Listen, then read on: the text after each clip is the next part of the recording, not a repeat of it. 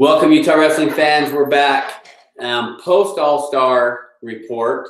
We're going to touch on that. We're going to get Ben Gosser on here with the rankings, and then we'll finish up with a little UView and what's coming up. So, All-Star match was Tuesday. I enjoyed it. It was, I think it hurt us that we had. You have Terrell Barraclough out. You have Humphreys out. Barraclough would have wrestled Stockton probably. Humphreys would have wrestled Ayotte. Cade Carlson out. He would have wrestled Calvin Whitaker. The winner wrestles Micah. Riley Noble was out. He would have wrestled Jackson Moore, and then that would have bumped up Isaac to wrestle Jay, although Porter filled in nicely there. Who else was out? Oakley Ridge out. Oh, you got Mason Christiansen, who probably would have wrestled Lucas Cochran or something like that. Mason Christiansen was out. And you just had so many people out that it did affect the matchups. It did affect the event. Yeah. I came away kind of a little bit like it was a snooze fest. Just because of that. There wasn't as many exciting matches. Right. But there was I was pretty excited about probably 3, maybe 5 matches that I was. So which ones were your favorite? Like which ones were I was excited to see Van Bray and Cub Dietz. Van Bray looked impressive. I was super impressed with him. Yeah. You put it on Cub Dietz and Cubby didn't look himself, but I think it looks like he's cutting a lot of weight. Looked tired, and Van Bray took advantage of that. Yeah. And that was a fun matchup. The Whitaker Tatsioli. Whitaker looked really good. Whitaker looked that's twice now. He beat Kate Carlson last year in the All-Stars and dominated. Whooped it like 8 to 2 or 10 to 2 or something like that. It was a lot though. And then I thought he handled Micah pretty convincingly. The third period, Micah just kind of came back and showed his power and what he could do, but I think he dug himself too big a hole at that point. Whitaker cradled him up. Whitaker looked really good. Yeah, I was impressed. He looked good. Let's see. What was the other one that? Connor Ingram. Good. Connor Ingram, man. He looked really good. Lovely Mitchell Slack, but man, he looked good. I remember he and Derek Kohler, we were both like, wow, Connor Ingram. I knew he was good, but man, he looked really good. Yeah. Lucas Carrillo did well, I thought. Yeah, Lucas Carrillo. At 6. Cole Jensen with the big win over Torgerson at 13. Yes, that was another one I was excited about. I would like to see that match again. It's not going to happen again because I don't think Torgerson will be at the Rumble. It could. We'll talk about that a little bit later. That'd be nice. Because really, with the Jensen Torgerson match, Jensen won that match fair and square. There's no. I thought he beat him on his feet. Yeah, he where I thought Torgerson maybe would have had the advantage there. Well, I thought it was going to go on their feet kind of even. I thought that was kind of that was kind of a back and forth, right? Okay. And then I gave Torgerson the edge on the mat. Yeah, but I still would give Torgerson the edge on the mat. Yeah, but on their feet, Jensen pretty much controlled that. Yeah, match. He looked good. Then you got Parker Gosser. Yeah, Parker looked really good against Faust. Yeah, I even talked to his dad, Ben, and just like, hey, your kid's looking good, man. That was a good one. But he put the time in. Been down there at the RTC working out. The other one, I know Wasatch Homer, but Porter Chamberlain, man. Porter looked good. He looked good. He dominated. Yeah. And that was a last minute fill in, and so he looked good at 70. Yeah. That's his.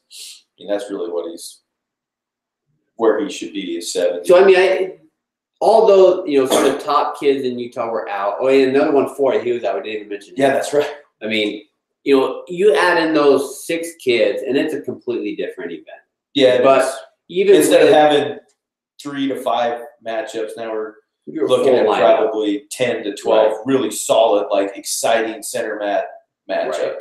And so, I still think with those kids out, it was a great event. The matches were great. And I had a lot of people that, I don't want to say necessarily new to the sport, but maybe their first time going, that they really enjoyed it. And I can, and I was talking to Cole Kelly about this today, and it's, the people that have been there year after year after year and have seen, Wyatt Coling versus Jacob Armstrong and those type of matches. We didn't have that this year. But so it was those people that were the ones saying, it was a down year. But the people that typically don't go, that I've talked to, really enjoyed it. They loved the matchups. They thought it was great. And it was the people that have been there year after year that have kind of like, oh, it's a little down year. And I get that, because they understand what they've seen in the past, and now they're comparing it. But if you've never been to the event, I have heard nothing but good about the matches and the wrestling. So let's talk. So there's been some talk. Good friend Brian Priest, kind of voicing his opinion on some changes that maybe should take place. He's an old school guy. I think he did one of the original kind of help get the All-Stars up off the ground. So he's got a lot of time and investment into this thing. And of course, yeah. And it used to be when it first started, and I was actually in the very first All-Star match. It was 1A, 2A, 3A versus 4A, 5A in a high school gym. It was 2 teams, 1 duel, and it was a different atmosphere. It was at a high school. I want to say Jordan High School. I could be wrong. And it was just 14 matches. That's it. And it was a little different. Like I said, I was in it, and so you had the newspapers sponsored each team, and you had a representative from the newspaper sit in your corner. And I want to say Rulon Gardner was there. And before each match, you went out to the center, you got your plaque like individually or something like that. And so it was a different atmosphere back then. And then it evolved. This event is a fundraiser. And so it evolved. It went, I don't even know how many years it went with only 2 teams. I know the 2 years, I want to say the first year was 2 teams. The second year, I don't remember if it was 2 teams or not. But it evolved pretty quickly to more teams, I think. And it became more, a bigger fundraiser, because the idea was to raise money for UVU. Okay. I'm going to interrupt you there. Okay. I've heard some people be like, "Oh, this is just another fundraiser. What butts in the seats for UVU, and just all they care about is numbers." Yeah, that's all we do. I mean, do people remember a couple years ago when Olympic wrestling was going to be gone? They were going to take it out, and everybody save Olympic wrestling. If we lose college wrestling in America, gone. Wrestling is gone. It's done. I mean, you're just going to have your little freestyle clubs. I mean, high school wrestling will drop off of, talk about lose everything. I mean, USA Wrestling told every state to support the college programs and try to do as much and give as much money as we can back to those college programs to keep them alive. Imagine if UVU's gone and that we don't have a college team in our state. Oh my gosh, that would kill us. People don't understand,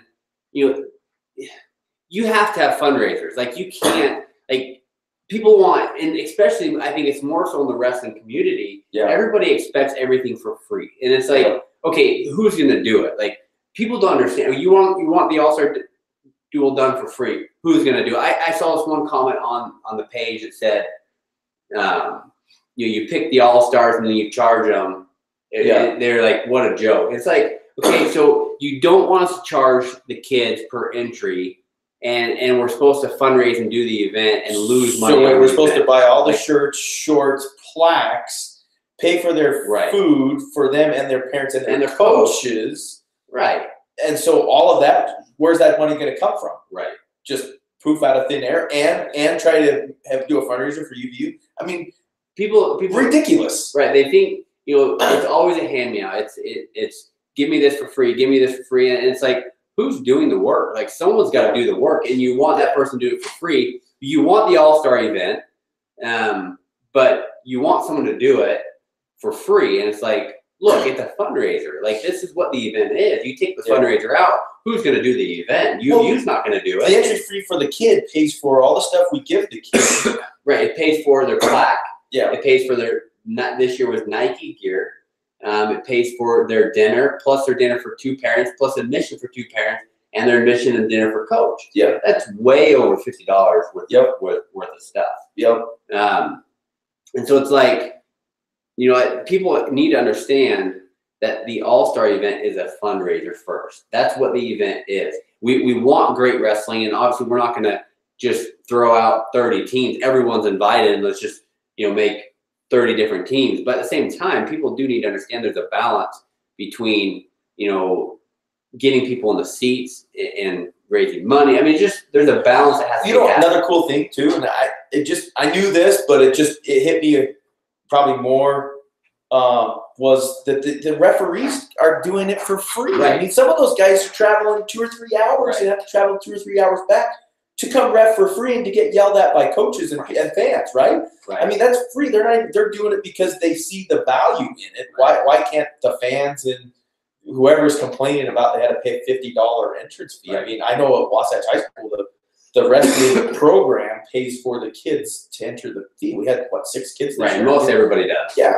I mean, so. Yes, the officials are completely donating their time. USA Utah is putting in a ton of time to make this event happen. UVU is putting in a ton of time to make this event happen. Yeah, I mean, It's the mat, setting up the clocks. I mean, Right. Michelle Call, Right. she puts all the bios and all the Right, she pictures and does a ton stuff. of work for I mean, free. she does a ton of stuff for free. I mean, my goodness. I mean, and it's a cool event. It's a great event. It's a great event for our state.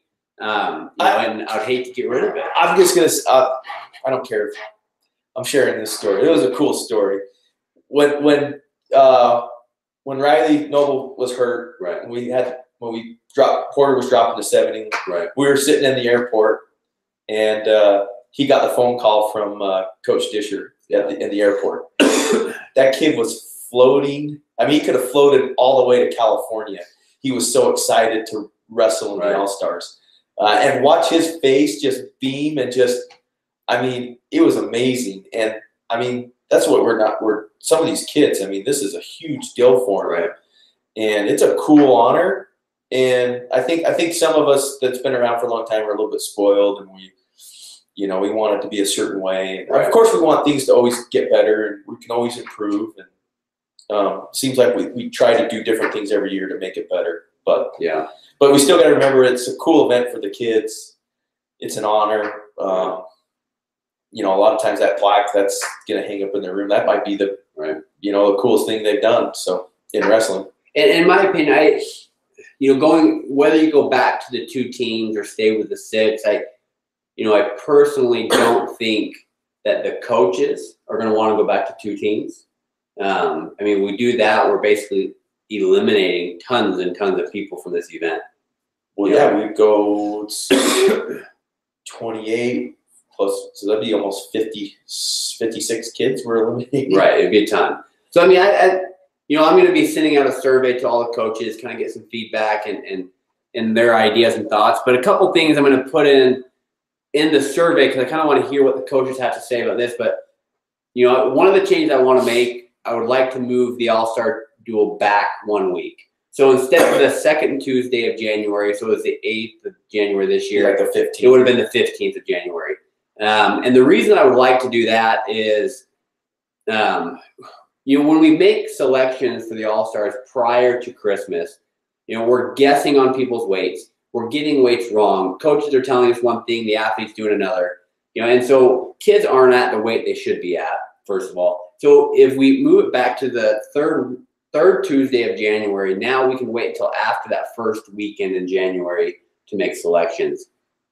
So that's one thing I'm going to propose or put on surveys to coaches to get their opinions. Do we want to, are we okay to move it back 1 more week to the third Tuesday of January? Second. So it'd be the third. Oh, So we always do the second weekend, second Tuesday, which is the 8th. This year was so early because of where it fell. And so we'll have to look at the dates. So Obviously, maybe it is the second Tuesday, depending on the year. Depending on the year. We kind of have to kind of figure that out.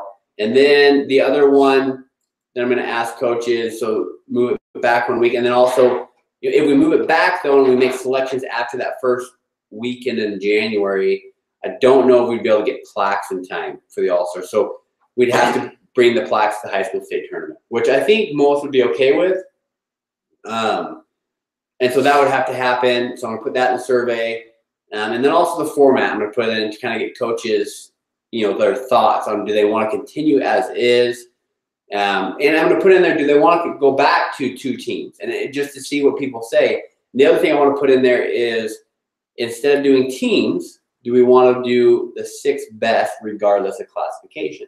Now, I don't know what that does. I haven't looked. I don't know, would that hurt the event? But that's one of the ideas people have thrown out. Why do 6 teams when there's kids getting left out of the event that are the 3rd best kid in the state? Why not? I mean, Porter Chamberlain. I was just going to say, Porter almost got left out.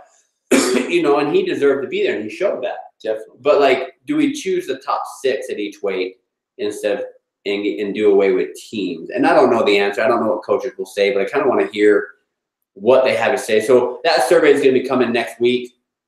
We'll probably put something on the website to kind of get the fans' perspective. But just so you all know, the coaches, what they decide on these items will probably be what happens. If they say no, it's not.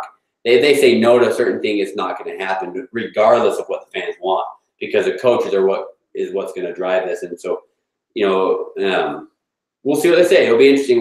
We'll post results, and we'll kind of get an idea of where we're at. So, anyways, any last minute thoughts on the All-Stars? We're going to get rankings going here. Any last minute thoughts here? No, it'd be interesting to see what the coaches say and their feedback. Yeah. I like the idea of moving it back, just because, like you said, man, that Christmas, it's a killer. Trying to figure out everybody's weight, where everybody is. We're projecting here, and then the coach is like, "Oh yeah, well he's going to be down at this weight." Well, look at Star Robertson, right? Right. Huge example. Yeah, she's 138, and now he wrestled 126 last weekend. Right. So it's like, okay, well, anyhow, I think it's a really good idea. I think the plaques at state would be totally fine. I mean, the biggest issue with the plaques at state would be the one in Richfield, but we could figure out a way to get them down there. I'm not overly concerned about that. So we're going to put all these things in a survey, get them out. We'll see what happens, and we'll kind of base our decisions on what the coaches have to say. We'll do a fan poll, I'm sure, too, but the coaches is going to weigh much more in that. So, I mean, that's 75-25 probably. Yeah, for sure. So anyways, that's All-Stars. I'm excited. Oh, the last thing, All-Stars, junior high matches. Do we do less? Do we do more? In my opinion, it doesn't affect the high school event. It's done before the high school event. So I'm not concerned about the junior high matches and whether we do more or less, because it's again, Cole, I'll start talking to Cole about it. He's like, the junior high matches is like a JV basketball tournament. Yes. Before the varsity. You don't have to come. There's JV wrestling matches before the varsity matches. You don't have to come to the JV event. Sports writers don't have to come to the JV event. You can just come to the varsity side and know that just come to what you want to watch. Like, if you don't want to watch the JV matches, then don't watch them.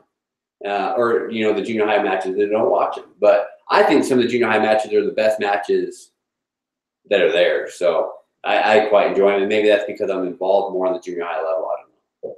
So see a lot more tears in the junior high matchups than you do the high school. I think that's a big stage for them. It's a pretty cool event. Yeah, they want to win. All right, let's change gears. We're gonna keep going for a little bit. We're gonna change gears to rankings. We're gonna try something new here. We have Ben Gosser on the line. We're gonna try this and see how it goes. Ben, you there? Yes, I am. All right.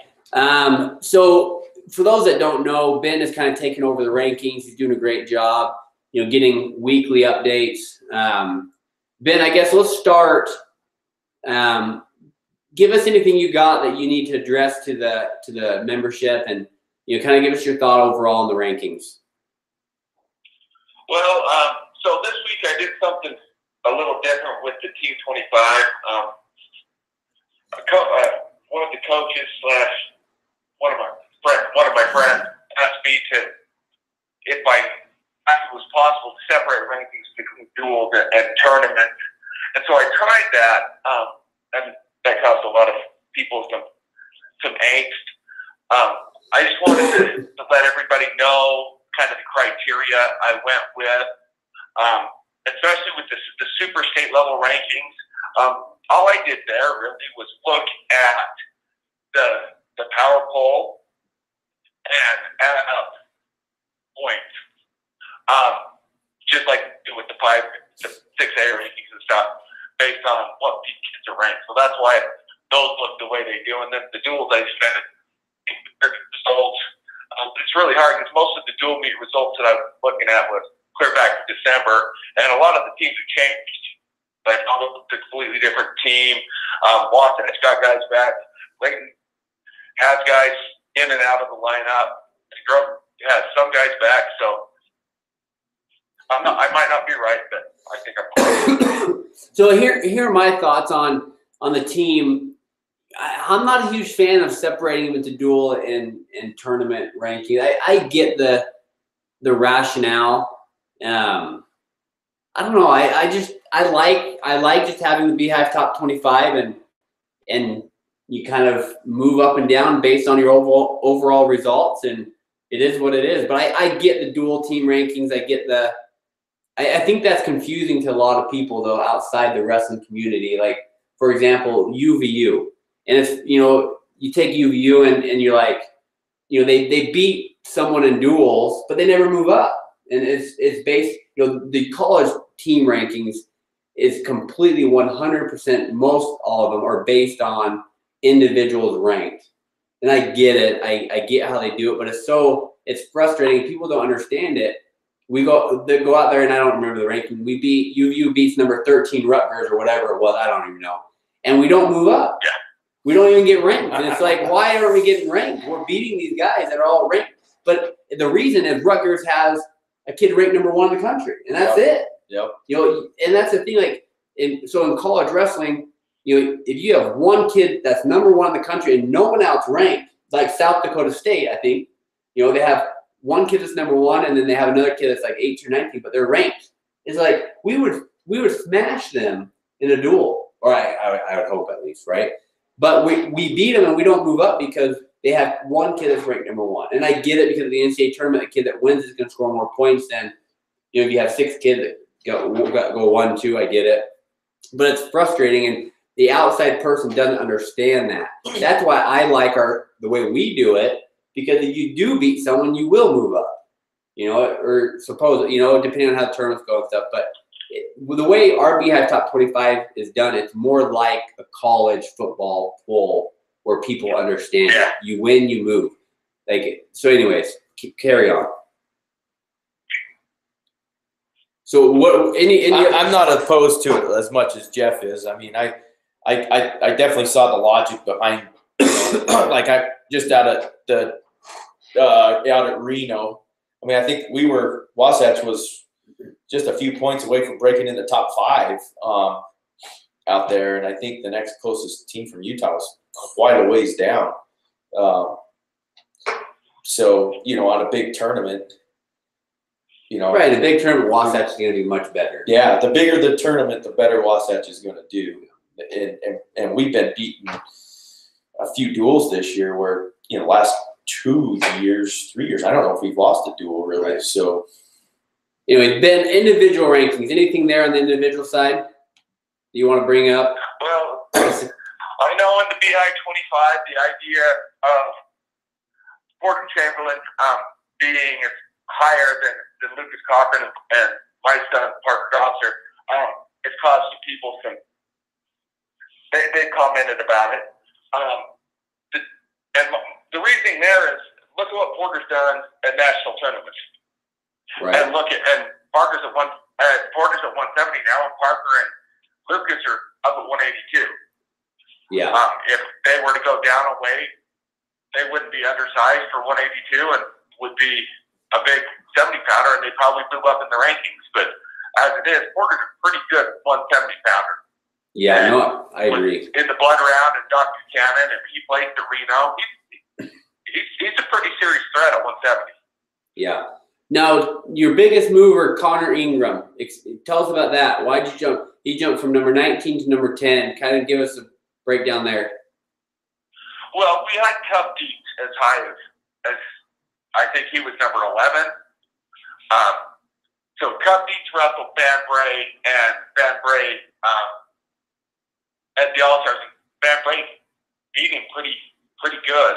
Or at least looking at the eye test, it was Van Bray did a pretty good job wrestling and came away with the win. It was pretty convincing. And the weekend before, Ingram, who wrestled Mitchell Slack in the All-Star, took Van Bray down at 3 and this was in a dual meet where number 1 from the 3A QAB and number 1 from the 2A wrestled a match at the 3A duels. And Ingram took Bray down, put him on his back, and then I think he put him on his back twice before he pinned him. And so it's really hard to rank Connor, knowing that he was going down to 126 up to 132. He beat Mason Denton and some other really good kids, and then he goes down to 126 and he got a tear. Yeah, no, he's looking really good. I've been impressed with Connor, especially at the All-Stars. Any other rankings questions for Ben or thoughts there? No, I think it's all. I mean, I think it's pretty good. I think it's pretty good. I think Cole Zorn's looking tough. I mean, a lot of those guys, man, you've got in that top 20 are just. I mean, they're all just really tough, good wrestlers. You know, I mean, like Van Bray, you got Cole Jensen. They've all done really well. I don't think. I mean, sure. Well, I think you could maybe take a few of those 20 and shuffle them around, and maybe people would have a few opinions. But God, it'd be hard pressed to make too many arguments to get more people in that top 20 than it's already there. You know, you could maybe shuffle the deck a few places, but I think for the most part, we've got pretty much the top 20 where they should be. Even the top 15, I think that's pretty solid. You know, there might be a few opinions here or there or whatnot, but I think for the most part, we've got pretty much the top 20, 25 kids in the state in that ranking. Yeah. One thing to keep in mind, like I'm on location right now out at the tournament champions. Gavin Ayos at 126. Chuck Beats is down at 120. Mike Taglioli will wrestle here. There'll be some good matches. Could put stuff up this week. That'd be good. We'll see. We should see Ingram wrestle Ayos in the finals. Oh, really? And we'll see how good Connor is. Now here's a question, Ben. When Ingram and Ayot wrestle, can we go a little Facebook Live on that one, maybe? I could probably do that. Maybe. If I can get the internet to work in the building. That's true. Maybe talk to Uinta and see if they'd be okay with that. Get their permission, and I think we get that one Facebook Live. That would be kind of fun. If last year they were announced that it's process key, and they have a website. If that's the case, I'll get you guys the link and we can post it so people can watch. Yeah. Let us know. So, okay. Well, Ben, all right, thanks, guys. Thanks for coming on, and have a good one. Thanks, Ben. All right, bye. All right. So now, just to finish up here today, UVU. Quick 2 minutes here, and then we'll finish up. UVU tomorrow wrestles Stanford and Harvard, and then next Friday here at home, for those that aren't going to be at the Rumble, they're going to be wrestling Western Wyoming. They're non-starters. Yep, they're non-starters, but even Greg was like, man, we'll probably end up wrestling some of our starters because we have quite a few guys hurt. Got it. And then they'll wrestle Fresno State at 7 o'clock. So if you're not at the Rumble, be there at UVU, and that'll be fun to watch. UVU's doing good. They've got 6 very good wrestlers. Yeah. Then they have some holes, which is hurting them. But overall, this is definitely probably their best team ever.